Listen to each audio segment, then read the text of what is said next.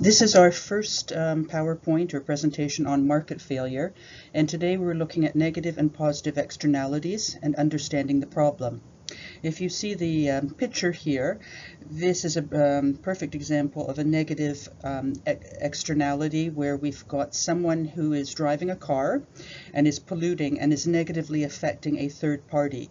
The poor fellow on the bicycle had nothing to do with the original transaction of driving the car or the benefits of being in the car, the costs of the car, completely isolated from any of the transaction with the car, but this third party is being negatively affected, and this is known as a negative externality. Market failure. It's a situation in which the free market leads to a misallocation of society's scarce resources. And the case of positive and negative externalities is really going to be very clear that there's either going to be an overproduction or underproduction of a particular good, leading to a less than optimal outcome. Types of market failure. Many of these you won't be seeing for a few lessons, but if you're going back on your notes after you've seen these other things, you'll be able to tie it into market failure. So I won't go into depth as to what all of these different things are. But types of market failure are when there's positive and negative externalities and an under-provision of what we call merit goods or socially desirable goods, or an over-provision of demerit goods, or things that are deemed to be socially undesirable. Could also be because of a lack of public goods, common access resources, we'll look at something called tragedy of the commons, abuse of monopoly power, asymmetric information, and income inequality. And as I said, these latter five topics will be looked at a later time. So in terms of externalities. The first picture we have is someone who's being really annoying chewing gum, popping big bubbles, really making a nuisance of himself. In fact, this is a demonstration I had done in class, and students had in the past gotten absolutely irritated and quite actually angered by this one student who was being totally obnoxious in chewing gum. They didn't know they were being set up to experience a negative externality. The two pictures below are a positive externality where someone has landscaped their lawn, fixed up their house, and consequently other people are able to walk by and enjoy the beauty of the landscaping, and perhaps if they're a neighbor, maybe the value of their own house has risen.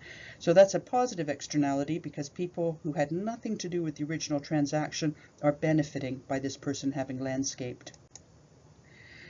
Externalities are costs if we're dealing with negative externalities, or benefits if we're dealing with positive externalities that are not reflected in free market prices. They're also called byproducts, spillover effects, third-party effects, neighborhood effects, or side effects. Now it's important to realize that the generator of the externality, whether they're producers, consumers, or both, they impose costs or benefits on others who are not involved in the market transaction.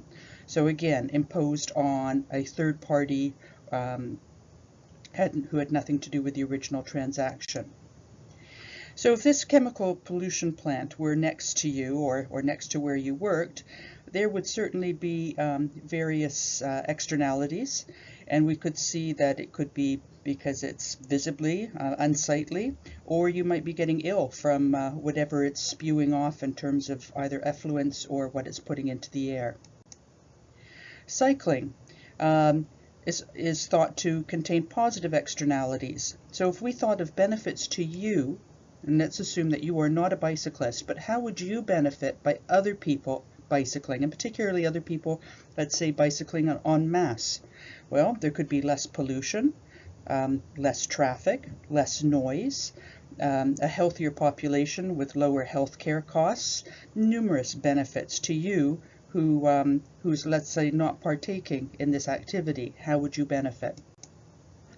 So we did a class activity where you were given many different examples of negative and positive externalities, and you were asked to classify them into these different categories. So how is an externality a market failure? Well, remember that if we look at allocative efficiency, it occurs when marginal social benefit, does not equal marginal social cost. And an example of this is when we were looking at cleaning up a beach, and we looked at every single extra cost to keep cleaning up the beach, and it had to be taken away from budget items like education and roads and the military and so on. And we had to look at the additional benefit from every unit of that was allocated towards cleaning up the beach. And at a certain point, the class said, let's stop. We don't want to continue cleaning up the beach because we're going beyond the point where the benefit to society is going to be less than the additional cost. So we're going to stop at that point. So that was an example of allocative efficiency. And that's also can be demonstrated by demand and supply being in equilibrium. So however, when externalities occur, there is a divergence between what we're going to look at called private and social costs, or between private and social benefits, and we'll look at those in a slide or two. So allocative efficiency is not being achieved. So what does this exactly mean? Well, if we have a picture on the left, we can see that a firm may feel free to dump effluent into a river. A spoiling of the environment and killing of fish is not a cost which it would directly have to bear. So unless the government were to step in and somehow make the firm responsible for this, the firm would say, hey, it's not part of our cost of production. On the right side, we see a firm training employees.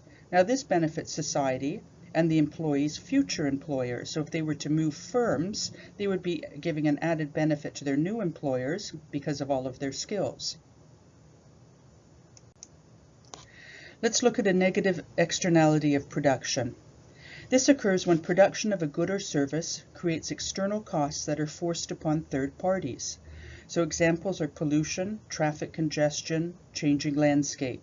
And in the case of the sriracha sauce, I don't know if you remember, but in California, I don't know if they actually did have to close down, but the smell of the firm was bothering the neighbors so much that that they wanted the firm to shut down and to move. So negative production externality when private and social costs diverge. So if we look at private cost, this is the cost that's internal to the firm that any firm would have to incur to run its business. So you think of wages, raw materials, heating, lighting, and so on. So they have to be paid to carry out production, which would appear in the firm's accounts. The social cost is the real cost to society as a whole. It includes the private cost, these internal costs, wages, salaries, raw materials, plus the cost or the value of the negative externalities. So in the case of a firm polluting, maybe it's all of the additional healthcare costs of people having to go to hospitals and stay overnight and use the medical services. It could be lost productivity, lost income taxes, lost wages, and so on. So let's actually look at a firm polluting. So let's say the example is aluminum. So MPC is marginal private cost.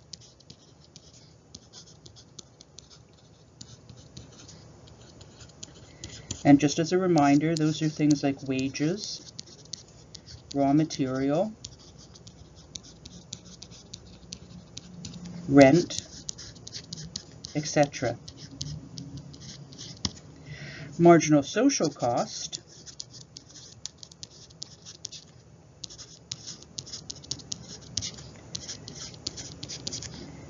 equals the marginal private cost plus the additional cost to society.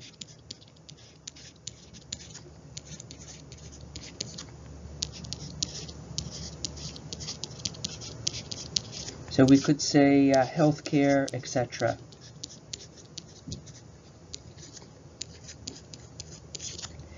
The distance between the two, this green arrow, is the cost of the externality.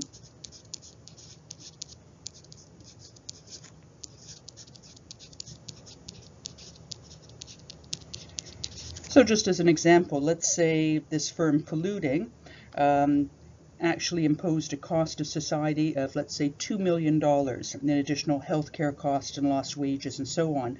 So the distance between the two cost curves, between the marginal private cost and the marginal social cost, would represent $2 million. We only have one demand curve in this case, so we're going to call it the marginal benefit curve. It's like our demand curve for society. Sorry, marginal social, pardon me.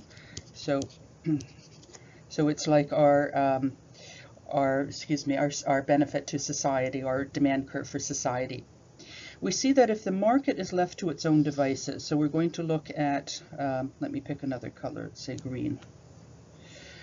If we look at the intersection of marginal private cost with the demand curve, so that's here, we're going to bring this down, and this is the quantity that the market would provide at its left to its own devices.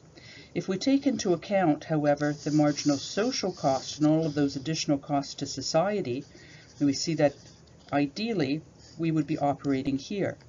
So society would optimally like the aluminum producing firm to be producing less. Society doesn't want it to be zero. We do need aluminum for different products and so on, but if we were to take into account the cost of society, we would be producing less at Q optimum. So allocatively, inefficiency occurs because there is an overproduction of the good. So if there isn't any reason for the firm, the government isn't imposing different restrictions, the firm will produce at Q market, being an overproduction from what society would like. So let's have you draw a negative externality of production yourself, but we're going to introduce something called deadweight loss or welfare loss into this. And in essence, in fairly plain English, a welfare loss or a deadweight loss represents welfare benefits that are lost to society because resources are not allocated efficiently. So I'm going to call it a deadweight loss because I can use the nice acronym DWL. So before we start, we have one demand curve. Since it's production, we're going to have two supply curves. So we're going to call this marginal social benefit. We'll start off with the marginal private cost, and at this point of intersection, this is Q market. It's what the market would provide left to its own devices. Over here, and this vertical height is going to be the value of the externality. We're going to call this marginal social cost because it is greater than the marginal private cost because it equals the MPC plus the additional cost to society. At this point of intersection, we'll bring it down, and we will call this Q optimum. Now let's just take a stand back. Have we opened this quantity and price? If it's a negative externality, we know that it's been overproduced. So Q market should exceed Q optimum. We're producing too much in the market. So we can have a sigh of relief. We probably drew it correctly. Now, in terms of having the deadweight loss, which again is this resources not being allocated efficiently, and we know in this case we're over allocating resources because we want there to be less quantity than what the market's producing, we need to be able to create a triangle. And I'm just going to give you a tip that is pointing to the left. The negative externalities, the deadweight loss points to the left, and for a positive it's going to point to the right. Now a way of thinking of this, of pointing to the left, is if you look at a number line, where are the negative numbers? They are to the left. So you can think negative is to the left. Well, from this point here, if I come up here and create this triangle here, here is my deadweight loss. So I'll write that out. Deadweight loss, which is also known as a welfare loss. So again, that's over allocation of resources. A positive externality of production. This occurs when the production of a good or service creates external benefits that are good for third parties. So examples could include employee training that may later benefit other firms, research and development that other firms may benefit, and I like to think of NASA products. I think someone said that NASA had invented the microwave. I think it invented the Slinky. It invented a product that was really hot at the time. It'd be hard to believe this now, but orange crystals called Tang, where you just add water and it would magically turn into orange juice. But these are examples of positive externalities of production. So here we've got a case where private and social costs diverge because we're looking at production. So the production decisions of firms can generate positive externalities. Again, consider the benefits firms in an industry training employees. When an employee leaves the firm, their new employer and society gain from the previous training, even though they did not pay for the training. Therefore, the marginal private cost in this industry is higher than the marginal social cost. These firms, are increasing the benefit to society, which you can graphically think as decreasing society's costs. So you'll see on the different graph, but we'll see a cost of the private cost, and we'll compare the social cost. And in terms of it increasing the benefit, it's going to be perceived as a smaller cost. So here we go. So in this case, we still have the marginal social cost and marginal private cost, but watch that they're reversed. Because in this case, the marginal private cost is greater than the marginal social cost, and this is the value here of the positive externality. So it's almost as if this cost to society is less than the private cost because they're getting these extra benefits. And again, we have the marginal social benefit. Look at where the private cost intersects with the social benefit, which is here, to call this Q market. And then we want to look at where the social cost, or the marginal social cost, intersects with the marginal social benefit to know that this is Q optimum. We're dealing with a positive externality, so we would expect that Q market would be too little. Society, because it's a positive occurrence, wants more of this, so Q optimum is to the right of Q market. And again, allocative inefficiency occurs because there is an underproduction of this good.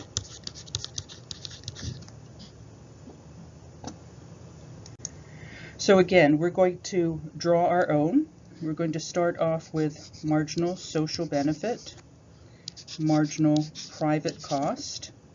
The private cost intersecting with the marginal social benefit will be Q market.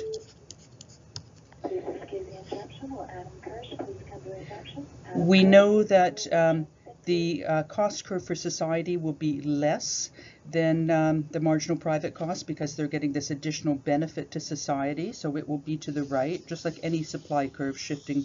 Excuse me, this is not shifting, but a supply curve to the right will represent lower costs of production, so we'll call this marginal social cost. Here's the intersection of this marginal social cost with marginal social benefit, so this must be Q optimum. Again, we'll take a stand back and we'll go up. Well, this must be correct because Q optimum is to the right of Q market. Being a positive externality, we want more of it. Again, the difference in the height between these two is the value of the externality. And again, we need to create a triangle because it's positive. The triangle is going to be pointing to the right. So it's this triangle here. We can call this welfare loss or deadweight loss. But our textbook, the Jocelyn Blink, refers to it as potential welfare gain. Now, the reason it's potential welfare gain is that if we were somehow able to function at Q optimum, we would be potentially gaining all of this additional welfare. Externalities cause market failure. When a negative production externality exists, the firm does not have to pay for the cost imposed on others and has no market incentive to produce less. From society's standpoint, it will overproduce. When a positive production externality arises, the firm will lack any incentive to increase its output to the socially desirable level, as it does not receive payment for generating the extra benefit.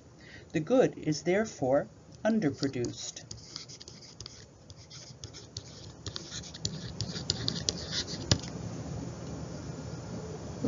And because we are not producing at the socially optimum quantity, this is why we have market failure and allocative inefficiency. So let's now look at positive and negative externalities of consumption. People who smoke cigarettes do not take into account the external cost pushed onto others, healthcare costs from secondhand smoking, fouling of the air, etc.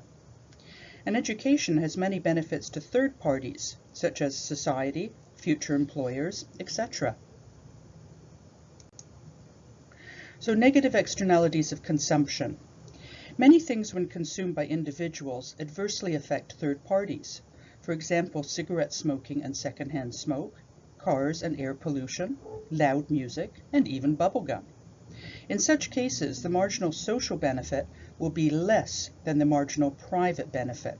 So again, this is going to be like a negative. We're going to look at the private benefit and the marginal social benefit will be less because of the additional costs involved being imposed on society. So demerit goods. Demerit goods are goods deemed to be socially undesirable and which are likely to be overproduced and overconsumed through the market mechanism. Examples: cigarettes, alcohol, and other addictive drugs such as heroin and cocaine.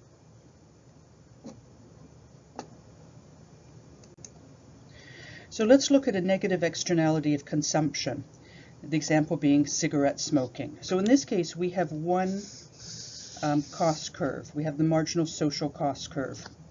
We have here the marginal private benefit and the marginal social benefit. In terms of the intersection of the marginal private benefit and the marginal social cost, this will be Q market. If we take into account the value of the externality, and we see that the marginal social benefit is less, it's to the left of the marginal private benefit because it's taking into account those additional costs. If we look at this point of intersection of the marginal social benefit curve and the marginal social cost curve, this is Q optimum. And we would expect this with a negative externality, that Q optimum will be to the left of Q market because society would like to have less of it. So allocative inefficiency occurs because there is an overproduction and an overconsumption of the good.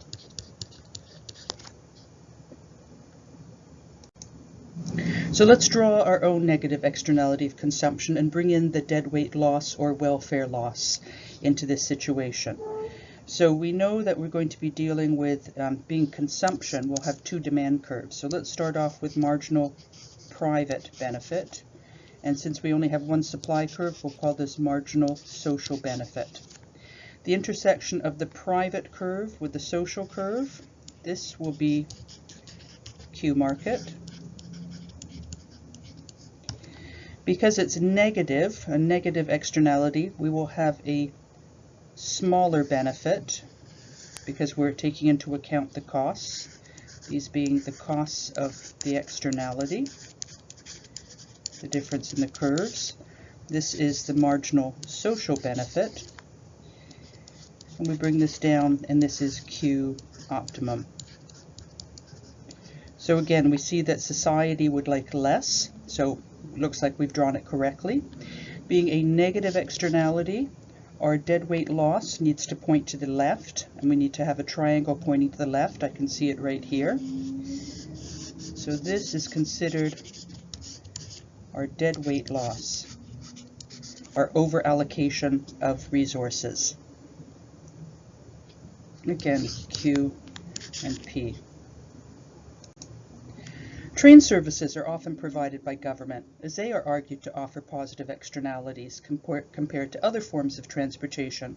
So what could those other forms of positive externalities be? Well, less air pollution, fewer cars on the road, so less traffic congestion, maybe greater efficiency, contributing to GDP, faster transportation, especially if they bring in the very fast trains, convenience, and a number of factors, possibly even cost. Merit goods. These are goods that are deemed to be socially desirable and are likely to be underproduced and underconsumed through the market mechanism. Examples of merit goods are education, healthcare, welfare services, housing, fire protection, garbage collection, and public parks. So positive externality of consumption. So being again consumption, we're going to have two demand curves, one being the private marginal benefit, and because now there are additional benefits to society, this will be to the right. Again, the vertical distance will be the amount of the externality. And where we look at the private benefit curve intersecting with the social cost curve, or marginal private benefit, marginal social cost, we know that this is Q market. When we take into account the externality, the positive benefits, we see that Q optimum is to the right, which we would expect, because if it's a positive externality, society wants more of it. So let's draw our own, and then again bring in the welfare loss, or as Jocelyn Blink in our textbook calls it, the potential welfare gain. So we have quantity, price. We know we're going to have two demand curves since it's consumption, so we'll call this a marginal private benefit, call this a marginal social cost. The intersection here will be Q market.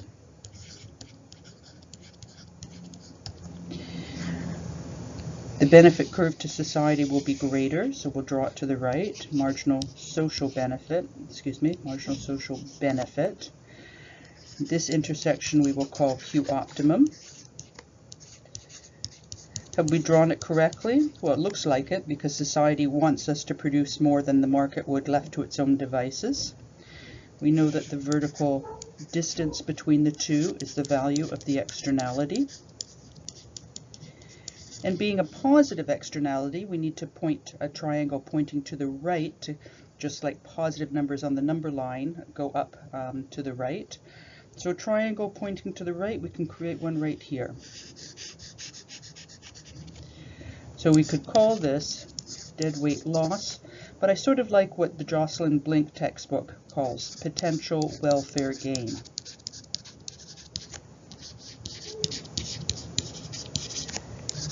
And again, it's a potential welfare gain because if we were to realize Q optimum, if we could get to where society wants us to get and get away from Q market, we will have realized some more welfare. So in other words, this is the potential welfare gain if we're able to move to Q optimum. So when externalities exist, if we have allocative efficiency will occur. Positive externalities, we have underproduction and underconsumption.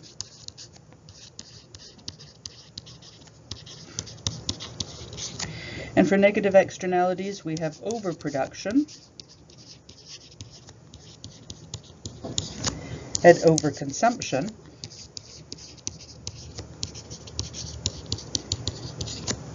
And society will not be using its scarce resources in a socially optimal way. Thank you.